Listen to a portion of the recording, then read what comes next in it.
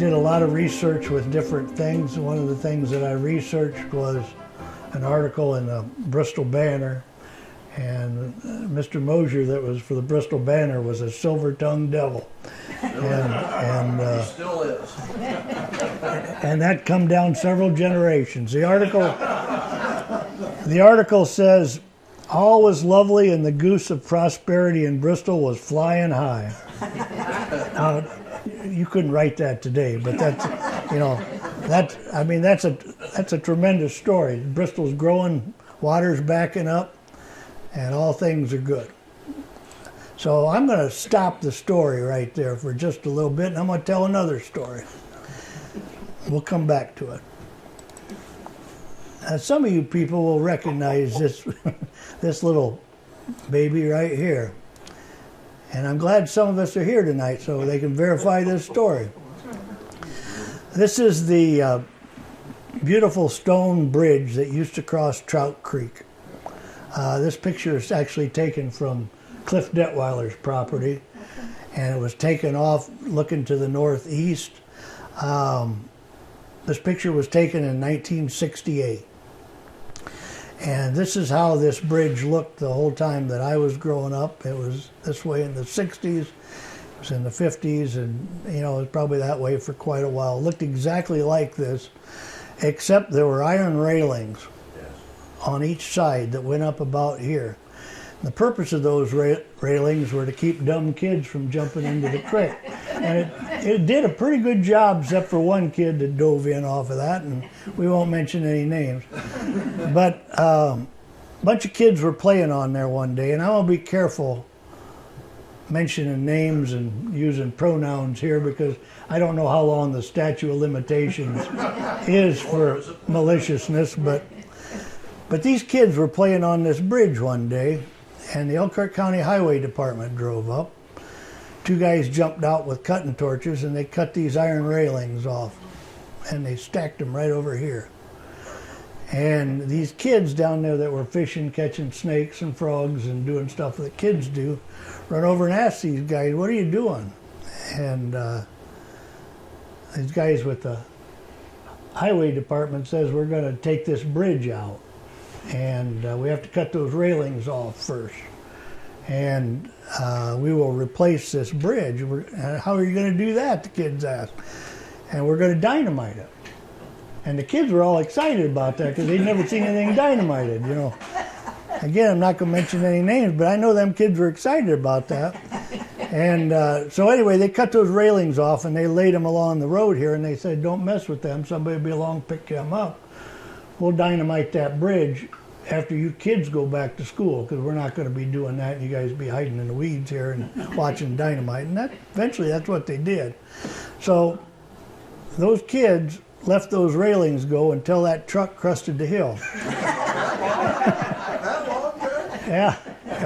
Again, I'm not mentioning any names here, but if you look here, those railings were just long enough right across here that you could span them right across here on the other side, on the upstream side of the Trout Creek. Now, two of the oldest kids in that bunch was on them rails like pretty quick. And they took them to the other side of that bridge, and they put them right along that other side and served as a superstructure for a dam to be built later that afternoon. And all of those chunks of plywood and planks and doors and any boards that could be found in their father's garage and barn were absconded with and come down here and pretty much plugged that hole up and sealed off the whole north side of the Trout Creek Bridge. Now, I don't know how much water goes through that bridge right here before that dam was built, but I know how much went through it after the dam built, and it was this. I was told anyway. And anyway, it wasn't too long before Trout Creek started backing up. Well, Trout Creek drains Long Lake, Baldwin Lake, Coverdale Lake, what we call Swamp Lake, south end, And I think water even flows from Indiana Lake into Baldwin. So it backs up all those lakes. And you plug it up right here, water starts going up. Well, this happened in about July. They weren't going to blow this dam up until after Labor Day when school started, so a lot of water built up in there.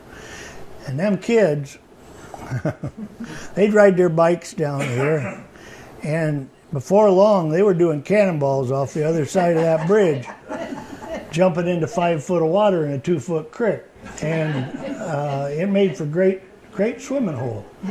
And so I'm told anyway. And the neat part about that is we pretty much spent our time on that bridge growing up as kids. And the neat thing about it was to sit on that bridge on your bicycle or walk down there or whatever you were doing. And anybody that was driving from the east going this way would look out the window downstream, and we'd talk to them, and they would tell us, man, it's been a dry year. You know, the creek doesn't have much in it. And anybody driving from the west going this way said, man, it was an awful wet spring, creek's real high. You know, and all they had to do was look from the north, and they'd see the water was backed up in the woods and every other place. Downstream, bullfrogs were hopping around in the mud. And it was pretty much seas shut right there. Well, we did this, these kids did this for a period of time, and eventually some people come down from Long Lake. And they got out of their car and they said to these kids that, you know, it's great that you've done this, but you've created some adverse conditions up north. Well, he didn't know what adverse conditions was until they started talking, and when they started talking, we were finding that piers were going underwater and yards were filling up and adverse conditions in Long Lake. So the two oldest kids decided that, okay, school's going to start next week, we better fix that adverse conditions thing and tear the dam out. So we had, the superstructure was here with all the doors and boards and plywood holding back probably 4 foot of water, 5 foot of water. Anyway, the oldest kid got on the other side and he started yanking boards and doors off, and the youngest kid, he wasn't too bright. He got underneath the bridge and was working from the inside. Well, the oldest kid, he must have given a yank on the superstructure because it caved in like pickup sticks and down come the dam, and here come 4 foot of water. And the only thing that kept that youngest kid that was underneath the bridge from ending up in the St. Joe River was Cliff Detweiler's barbed wire fence down here. That kid still got the scars of that. But anyway, that's what happened there, and that's what happens with adverse conditions on a dam. So now we can go back to the story. I thought that was kid, were you, Jack? Yeah. I was a young kid underneath the bridge. And the old kid was right over here. So anyway.